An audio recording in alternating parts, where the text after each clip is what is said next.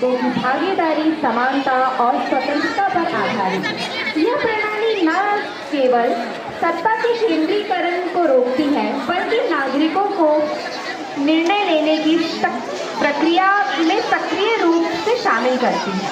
लोकतंत्र का मूल उद्देश्य एक ऐसे समाज का निर्माण करना है जहां हर व्यक्ति की आवाज सुनी जाए।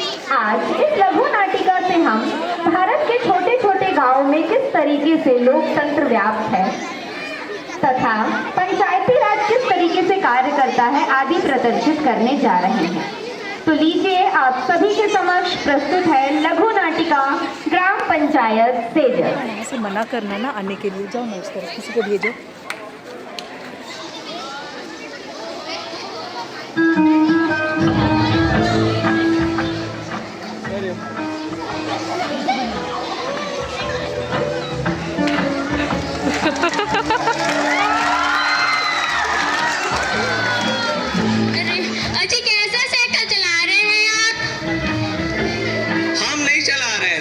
ऐसी है।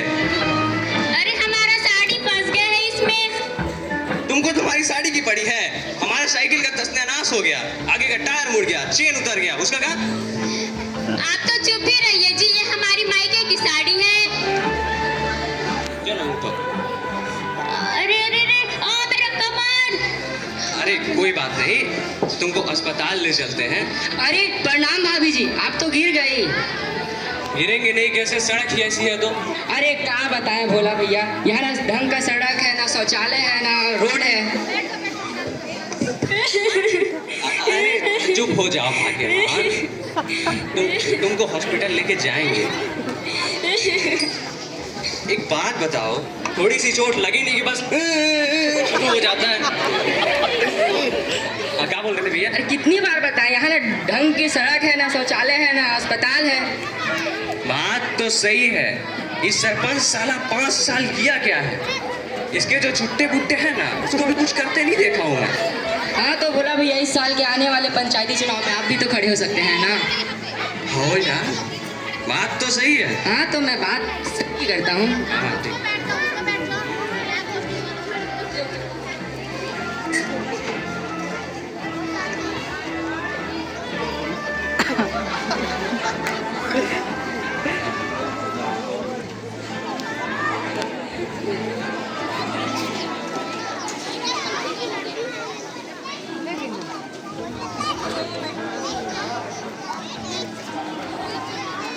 Hello hello.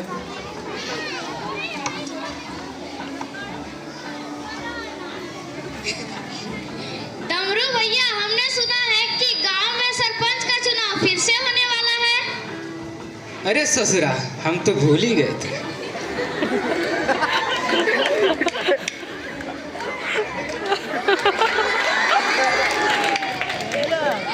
तो हमेशा की तरह गांव की सभी गलियों, चौराहों और हर जगह छाप छोड़ दो। जी सरकार। और हमारी छोटी बहनों के लिए साड़ी बंटवा दिया जाए। जी सरकार। और हमारे प्रिय भाई बंधुओं के लिए शाम का इंतजाम करो। जी सरकार। ठीक है? जी सरकार। जीतेगा भाई, जीतेगा, डमरू भैया जीतेगा।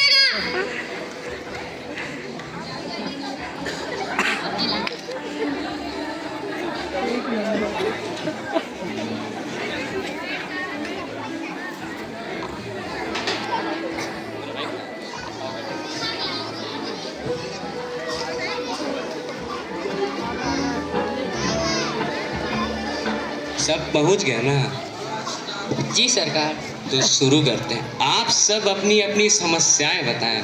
चलो कुन्नी, तुम बताओ। अरे कहाँ बताएं भोला भैया, यहाँ ना ढंग का अस्पताल है, ना सड़क है, ना शौचालय है। अब हम गांव वाले समझ सकते हैं ना। अजी सुनिए ना, हमारे घर में तो पैखाना ही नहीं है, बोलिए ना जी। अरे रुकिए ना, कभी भी कुछ भी बोलने लग जाते हो। हाँ भोला भैया, पैखाना भी नहीं है। देखो, बीवी की बात सुना करो। हाँ भोला भैया। अरे क्या बताएं भैया, यहाँ तो अस्पताल भी नहीं है। अस्पताल दूर होने के कारण राजू की दादी भी टपक गई। मेर गई। अरे कहाँ बताएं भैया, यहाँ तो सड़क भी सही नहीं है और तो पानी की भी समस्या है। और पता है भैया, वहाँ जो रोड के किनारे जो खंबे लगे हैं ना, उसमें आज तक हमने कभी बल्ब भरते नहीं देखी है। देखी तो मैंने भी नहीं। हाँ भैया, बहुत समस्याएं हैं।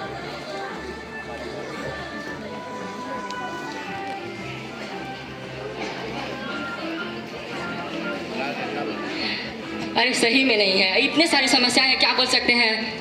वो जो आने वाला जो सरपंच है ना, पुराना सरपंच, उसको अरे बस बस बस, अच्छा एक बात बताओ, ये जो सरपंच है इसको चुना किसने? हमने। तो भुगतो। जब तुम लोग जिम्मेदारी लोगे ही नहीं तो उससे क्या उम्मीद रखते हो, है ना? सही बोल रहे हैं। क्या गुन्नी? सही बोल किसी रहे को हैं। साड़ी मिला, किसी को जलपान मिला, ऐसे में कहाँ? अब कुछ नया करना। हाँ बोला भैया। हाँ, हमारे गुड्डू के पापा तो सही ही बोलते हैं।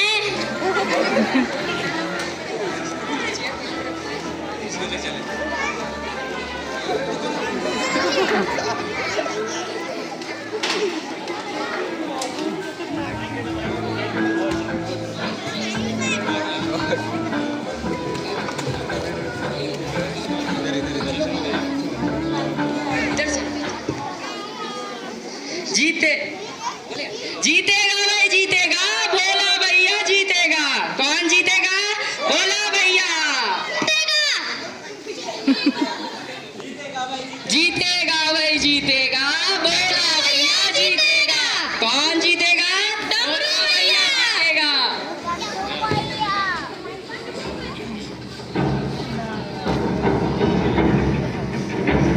ये गांव में कौन नया मॉडल आ गया? किसकी इतनी जरूरत हो गई जो हम डमरू धर के सामने खड़ा हो रहा है? पता करो। अरे अरे अरे डमरू भैया, ये जानकी काकी के जो पड़ोस में रामलाल का बेटा है ना, कॉलेज पास करके आया है। पता नहीं कहाँ है, इसको राजनीति सूझ रही है। लगता है कुछ ज्यादा ही फिल्म उलिम देख के आया है। कॉलेज पास करके आए हैं तो क्या हुआ, हमारे डमरू भैया भी 5वीं फेल हैं। अरे अरे कुछ भी बोलते हो, हम भी 5वीं पास हैं। 34% से हमने 5वीं पास की है। वो तो परीक्षा से पहले थोड़ा पेट में दस्त हो गया था, वरना हम भी परीक्षा में अव्वल दर्जे से पास होते। खैर उड़ने दो, जितना उड़ रहा है, जीतेंगे तो हम भी। बोलो, जीतेगा भाई जीतेगा। डमरू भैया जीतेगा।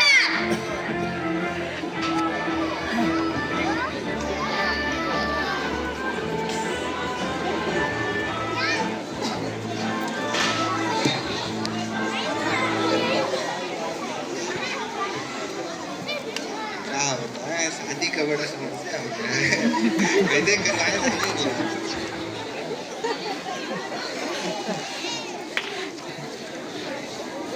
अरे भीनू काका, क्या हुआ, आप लोग कहाँ जाने की तैयारी कर रहे हैं? 2 दिन बाद तो आपकी बेटी सुशीला की शादी है ना? हाँ बेटा, हम तो सुशीला की शादी करवाने ही जा रहे थे, पर लड़के वालों ने गांव आने के लिए मना कर दिया। कहा कि इतनी कच्ची सड़क में हम अपनी नाक कटवाने नहीं आएंगे। पर पहले तो लड़के वालों से बात हुई थी कि वो लोग आएंगे बारात लेकर, पर अब क्या हुआ, हमारी संस्कृति में लड़कियां थोड़ी जाती हैं। हाँ बेटा, तुम बात तो सही कर रही हो, पर लड़के वाले भी गलत नहीं बोल रहे। अब बारात लेके आएंगे तो 4-5 दिन तो रुकेंगे ही, और उसमें शौचालय ना होना एक बहुत बड़ी समस्या है। ऊपर से पुल भी टूटा हुआ है, और मैं इतना गरीब, हमने गरीबी देखी, हम कैसे करें? इतने सारे लोगों को लेकर कहाँ जाएं? हाँ बिटिया, अब तो हमारे पास पैसे कौड़ी भी नहीं है, नहीं तो तुम सबको भी ले चलते बिटिया के ब्याह में। अब तो हमारी झोपड़ी में बिजली भी नहीं है। पर काकी, आप लोगों ने तुमने क्या सरपंच को सरकारी आवास के लिए आवेदन नहीं दिया था? दिया तो था बिटिया, लेकिन अब क्या करें, सरपंच तो हमारी सुनता ही नहीं है। जैसे तैसे इसी झोपड़ी में जिंदगी गुजर जाएगी। अब कर भी क्या सकते हैं। क्यों नहीं कर सकते काकी? अभी तो मतदान होने वाले हैं। अभी हमें अपने वोट की शक्ति दिखानी होगी। देश के संविधान ने हर देशवासी को ग्राम स्तर पे भी अपना प्रतिनिधि चुनने का अधिकार दिया है। हाँ बेटी, अब समझ आया चुनाव और टीचर ये प्रतिनिधि क्या है, चुनाव क्या है? आओ मुन्नी, मैं तुम्हें समझाती हूँ कि चुनाव क्या होता है और मतदान का महत्व क्या है। पंचायत एक ग्राम स्तरीय विनियमन निकाय है जो 73वें संशोधन के बाद महत्व में आया। यह सरकार को ग्रामीण क्षेत्रों तक पहुंचने और भारत देश को जड़ों से विकसित होने में मदद करता है। पंचायत प्राविधान में 3 स्तर होते हैं: ग्राम पंचायत, ब्लॉक पंचायत और जिला पंचायत, जो पूरे जिले का मुखिया होता है। ग्राम चुनाव में गांव के लोग सीधा भाग लेते हैं और उन्हीं में से पंचों द्वारा एक को सरपंच चुना जाता है। एक सरपंच अपने शासन में गांव को 5 साल के लिए रखता है। उनका कार्य लोकतंत्र कार्य के समान होता है, जो अन्य निकायों के अधिकार में विनियमित करता है। इस तरह से हमारे देश में चुनाव होते हैं। अब आप लोगों को समझ में आया कि मतदान कितना जरूरी है? हाँ बेटी, अब समझ आया कि चुनाव और मतदान का महत्व। अब हम एक अच्छे नेता को वोट करेंगे। अगर हम सब मिलकर एक अच्छे और ईमानदार नेता को चुनते हैं तो उससे न सिर्फ ये गांव या जिला बल्कि हमारा पूरा भारत देश विकसित और शक्तिशाली बनेगा। इसलिए हम सभी को मतदान अवश्य करना चाहिए।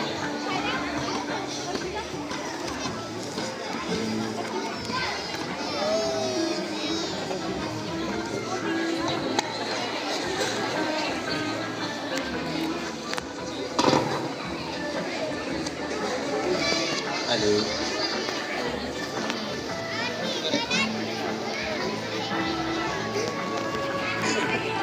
नमस्ते मेरे प्यारे भाइयों और बहनों, मैं आपका छोटा भाई भोला राम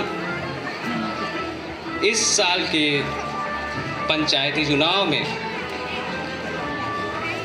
लड़ने वाला हूँ। आप ही की तरह मैं भी इस गांव का ही नागरिक हूँ। यहाँ पे हर एक परेशानी, चाहे वो बिजली हो, पानी हो, सड़क हो, शौचालय हो, अनेक टाइप की परेशानियां मैंने भी देखी हैं। इस गांव का नागरिक होने के नाते मैं अपनी तरफ से जितना हो सके उतना सहयोग करना चाहता हूं।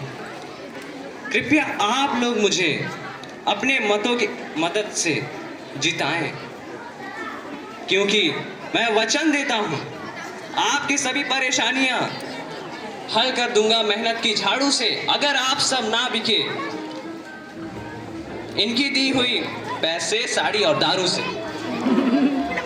मैं अपनी वाणी को यही विराम देना चाहता हूं। धन्यवाद। जय हिंद, जय भारत। नमस्कार मेरे गांव के वासियों और मेरे प्यारे भाइयों और उनकी प्यारी प्यारी बहनों। तो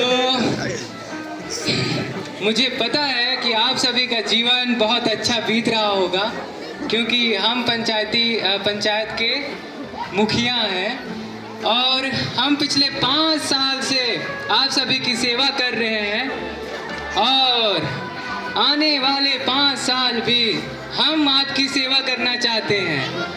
हमें ही मतदान करें। हमें मतदान करने से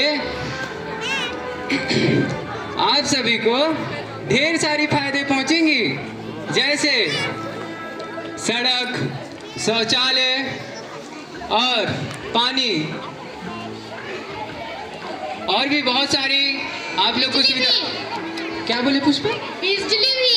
हाँ, और बिजली भी आप लोगों को बहुत जल्द से प्रोवाइड किया जाएगा। और हमारे कुछ कार्यकर्ताएं हैं जो आप लोगों के लिए छोटी सी भेंट तैयार किए हुए हैं। तो पंक्ति बनाकर आइए और हमारी छोटी मोटी भेंट लेते हुए जाइए और हमें मतदान करिए और आप लोग का आने वाला भविष्य हम उज्जवल कर देंगे, ये हमारा वचन है।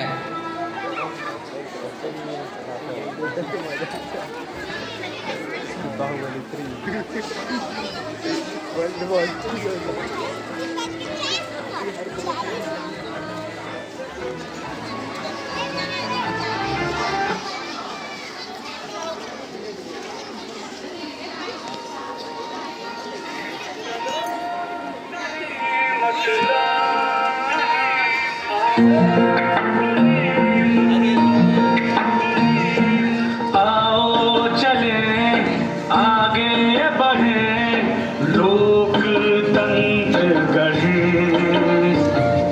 सोन की धार चले, गंगा के पार चले, खुशियों के रंग खिले,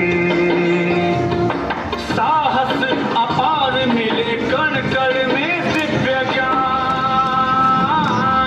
चलो करें मतदान, आओ करें मतदान, चलो करें मतदान, आओ करें मतदान।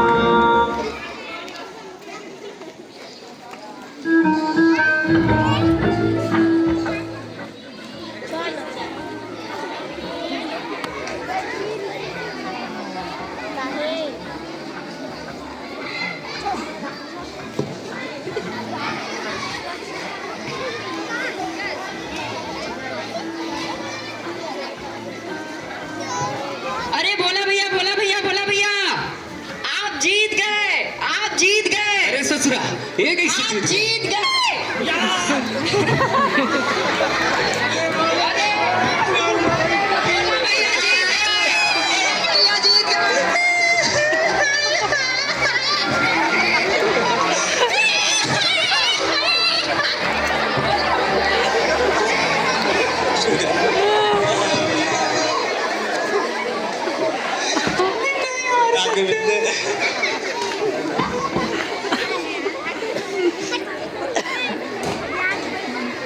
देखो, फोटो की जो आवाज है ना, वहां तक आनी चाहिए। किससे की आवाज?